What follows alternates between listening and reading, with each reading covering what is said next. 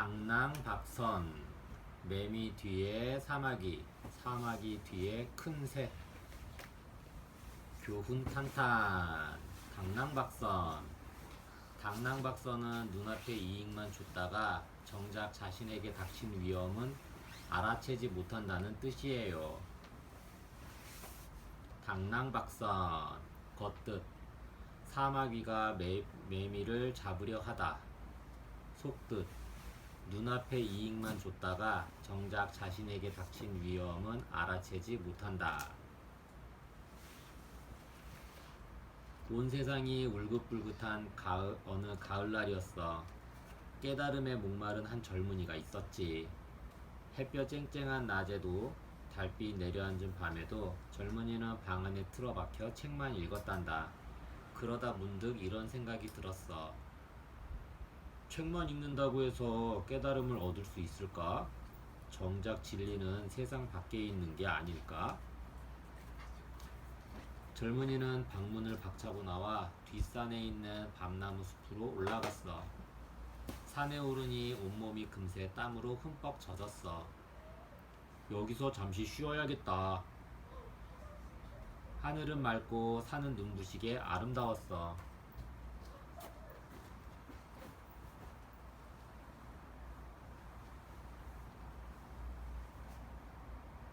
젊은이는 눈을 지그시 감고 시를 한 수 읊었지.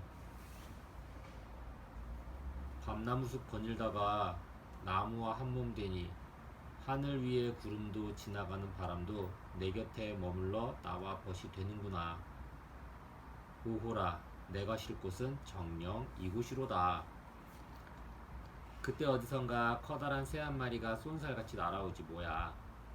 부리부리한 눈망울하며 힘차게 날개치사는 모습이 한눈에 봐도 여간 예사롭지가 않았어.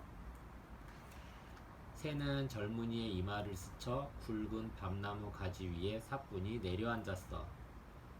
가까이에서 보니 더욱 탐스럽구나. 젊은이는 새가 눈치채지 않도록 슬금슬금 뒷걸음질 쳤어. 그러고는 활을 가지러 집으로 달려갔지.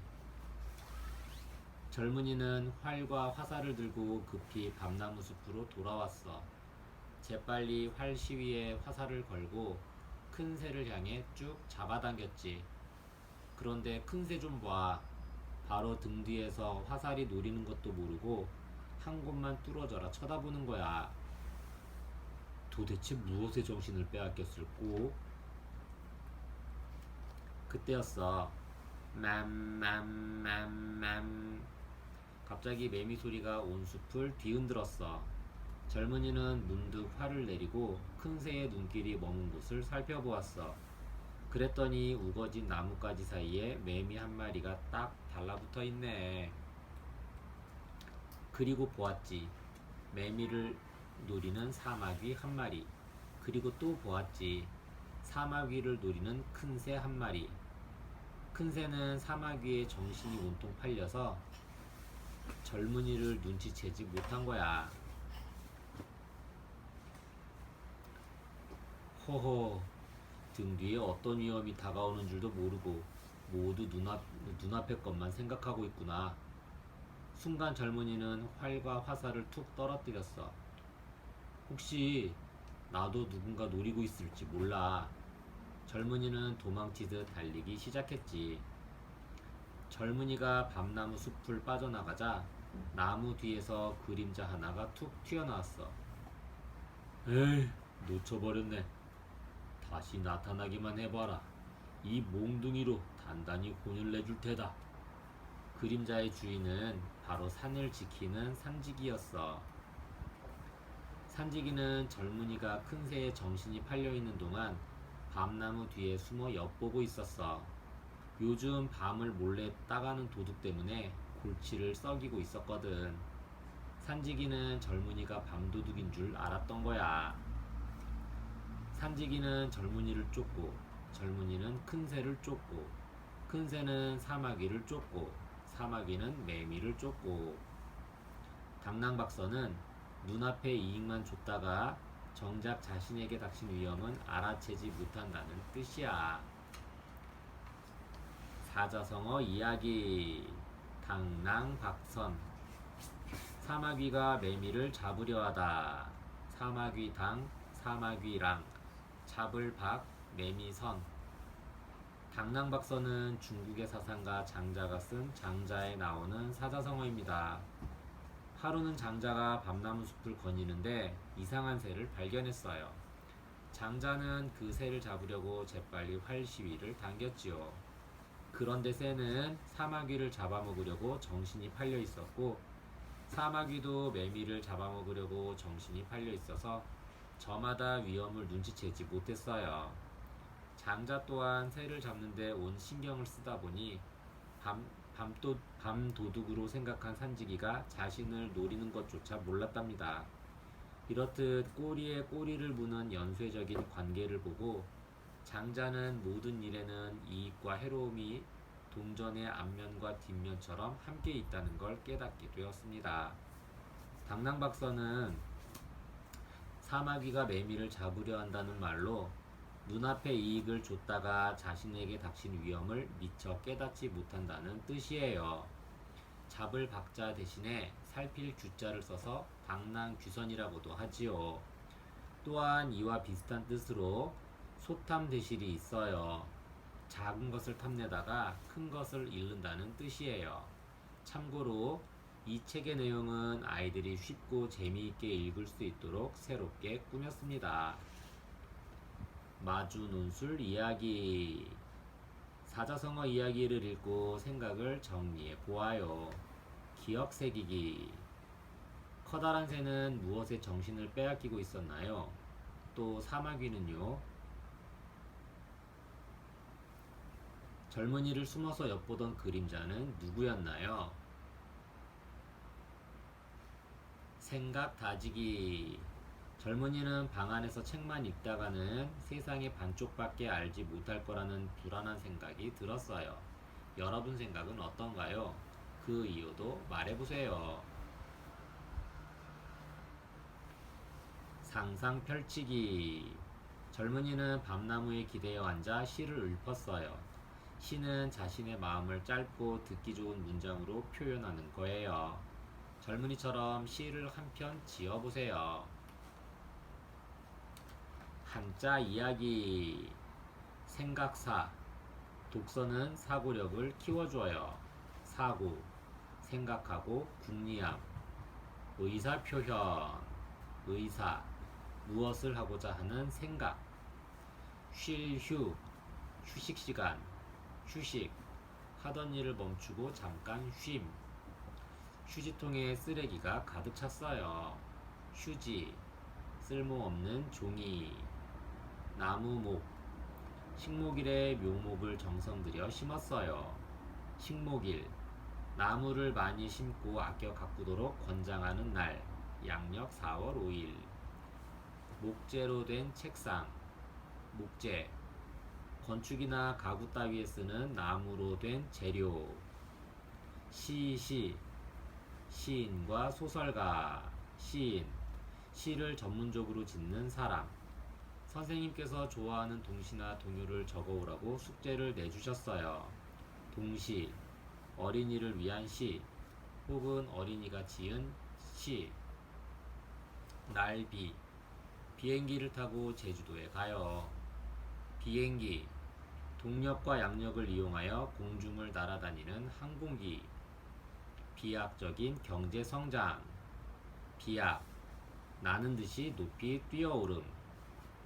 가지지, 지엽적인 문제. 지엽, 가지와 잎 혹은 중요하지 않은 부분을 말함. 삼지창을 든 장수. 삼지창, 끝이 세 갈래로 갈라진 창. 활궁, 올림픽 양궁 경기에서 대한민국 선수가 금메달을 땄어요.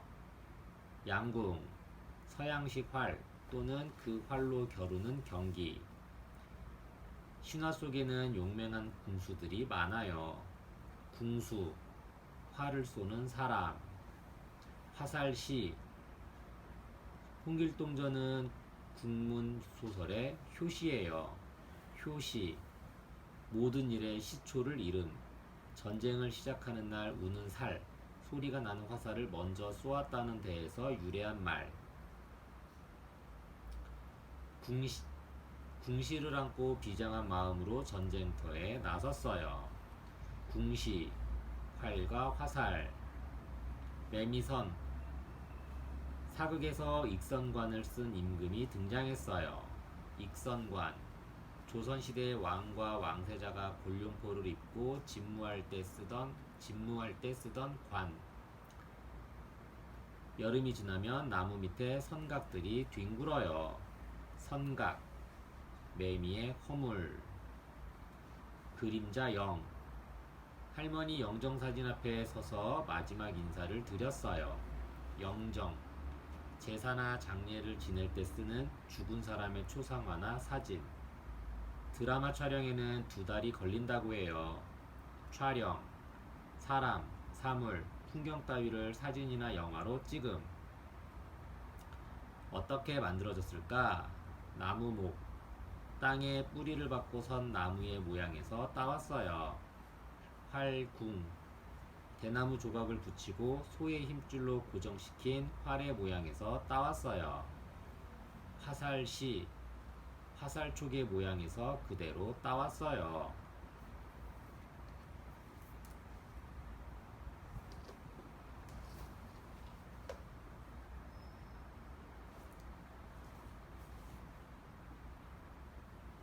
조삼모사, 아침에 3개, 저녁에 4개. 교훈탄탄, 조삼모사. 조삼모사는 얕은 꾀로 남을 속인다는 뜻이에요. 조삼모사, 겉뜻, 아침에 3, 저녁에 4. 속뜻, 얕은 꾀로 남을 속이다. 저공은 원숭이를 무척이나 좋아하는 사람이었어. 밥도 같이 먹고 잠도 같이 잘 만큼 원숭이를 끔찍이 아꼈지. 그런데 한 마리만 키우려니 아쉬운 거야. 그래서 한 마리를 더 키우기로 했어. 1마리, 2마리. 원숭이는 자꾸자꾸 늘어갔어. 여기도 원숭이, 저기도 원숭이. 저공의 집은 온통 원숭이들로 북적거리게 되었어. 저공과 원숭이들은 마음이 잘 통했어. 저공이 얘들아 부르기만 해도 원숭이들은 쪼르르 달려와 온갖 아양을 떨고 재주를 부렸지. 그런데 원숭이가 늘어갈수록 먹여 살릴 일이 걱정이었어. 원숭이들에게 도토리를 사다 먹였는데 오죽 먹어대야지. 저공의 벌이도 시원치 않아서 집안 살림은 나날이 쪼들려갔어. 하루는 참다 못한 부인이 냅다 소리쳤어. 당장 저 원숭이들을 내다 팔아요. 원숭이 때문에 우리가 굶어 죽겠어요. 이 많은 원숭이들을 어떻게 다 먹여 살린담? 저공은 이런저런 걱정에 밤잠을 설치기 일쑤였어. 집안 살림은 더욱 어려워져서 도토리 살 돈을 마련하기가 점점 힘이 들었어. 안 되겠다. 도토리 양을 줄이든지 해야지. 저공은 원숭이가 정확히 몇 마리나 되는지 세어보기로 했어. 이 방부터 세어볼까? 하나, 둘, 셋, 넷, 다섯. 5마리. 이 방에는 몇 마리나 되나? 하나, 둘, 셋, 넷, 다섯, 여섯. 6마리. 마당으로 나오니 또 한 무리의 원숭이가 놀고 있네. 하나, 둘, 셋, 넷. 아이고 헷갈려.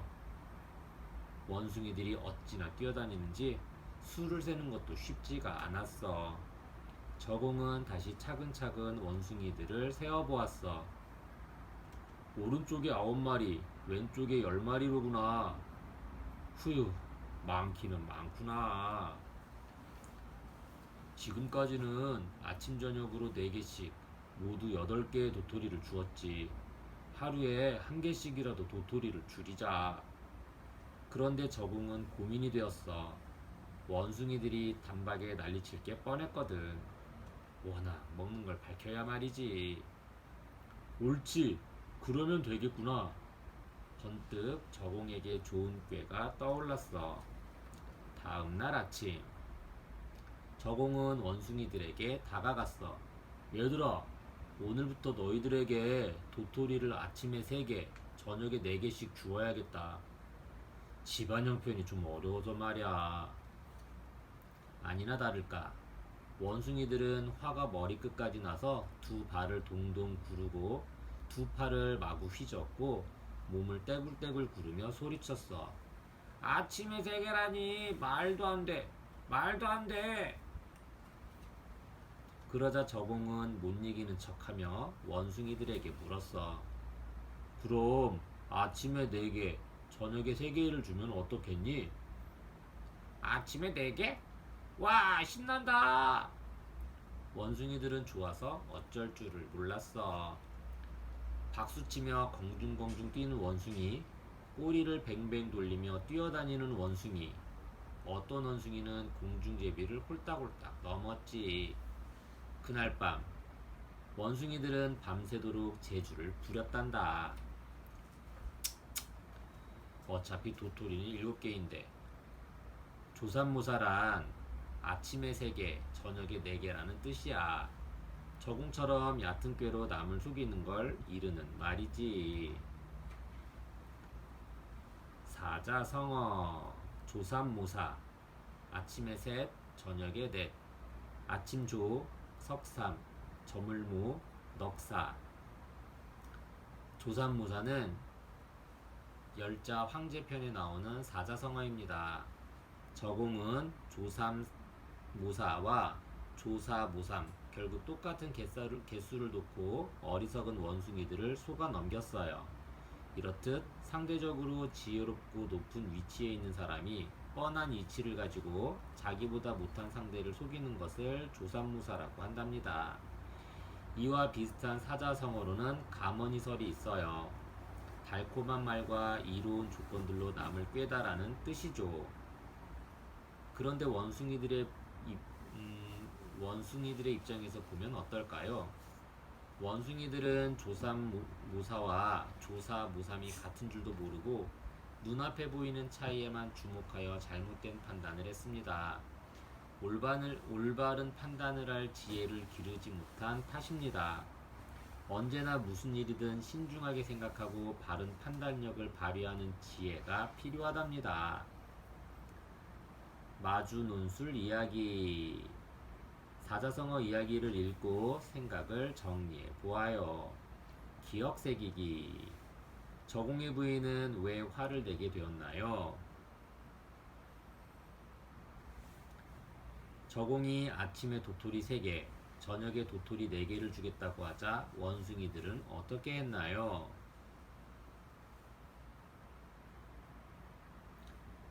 저공이 아침에 도토리 4개, 저녁에 도토리 3개를 주겠다고 하자 원숭이들은 어떻게 했나요? 생각 다지기. 가난한 저공이 원숭이들을 계속 키울 다른 방법은 없을까요? 여러 가지 방법들을 말해보세요. 상상 펼치기. 저공과 원숭이들은 그 뒤 어떻게 살아갈 것 같은가요? 뒷이야기를 상상해서 말해보세요. 한자 이야기. 한일. 오후에는 일부 지역에만 소나기가 내릴 거라고 해요. 일부, 전체의 한 부분. 사건을 목격한 유일한 인물. 유일, 오직 하나밖에 없음. 두이, 이중인격. 이중, 두겹 또는 2번 거듭되거나 겹침. 우리 집은 2층 집이에요. 2층, 2층으로 지은 건물 또는 여러 층으로 된 건물의 아래로부터 둘째 층. 석삼, 삼국시대의 역사. 삼국시대, 고구려 백제 신라의 세 나라가 맞서있던 시대, 혹은 중국 후한 말기에 위초고 세 나라가 맞서있던 시대. 우리가 살아가는 공간은 3차원이에요. 3차원. 공간을 세 개의 실수로 나타낼 수 있음을 이르는 수학 용어. 공간은 상하, 좌우, 전후의 세 방향으로 이루어져 있음. 넉사, 사촌동생, 사촌, 아버지의 친형제 자매의 아들이나 딸과의 촌수. 천천히 사방을 둘러보아요. 사방, 동서남북 네 방위를 통틀어 이르는 말, 혹은 주위나 여러 곳을 말함. 다서도, 5월 5일은 어린이날이에요. 5월, 한 해 가운데 다섯째 달. 내일은 5일장이 서는 날이에요. 5일장, 닷새에 한 번씩 서는 장. 여섯육, 벌집은 수많은 육각형이 모여 있는 모양이에요.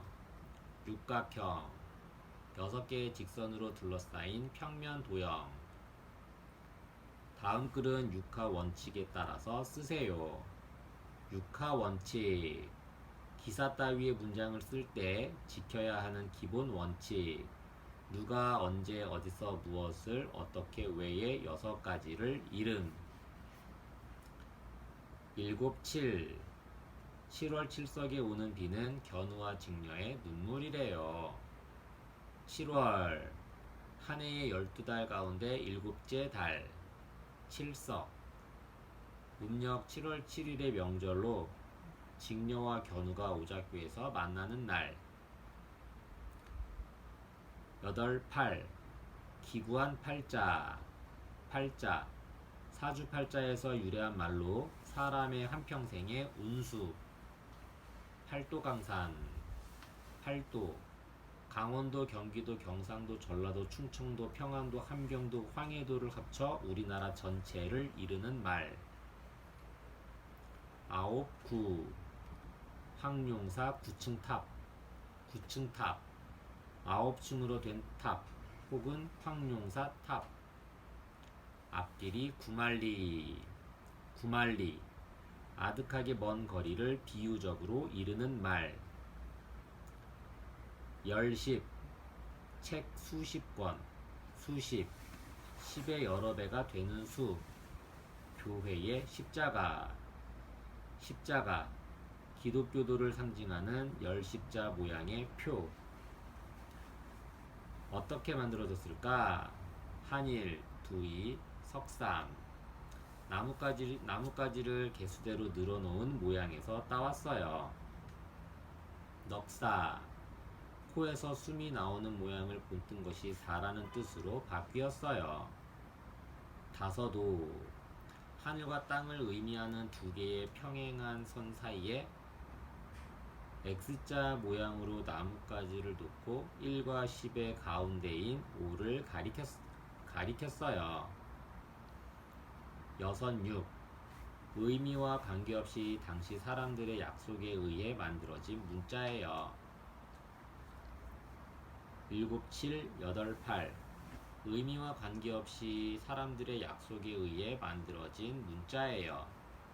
9, 9, 10, 의미와 관계없이 당시 사람들의 약속에 의해 만들어진 문자예요.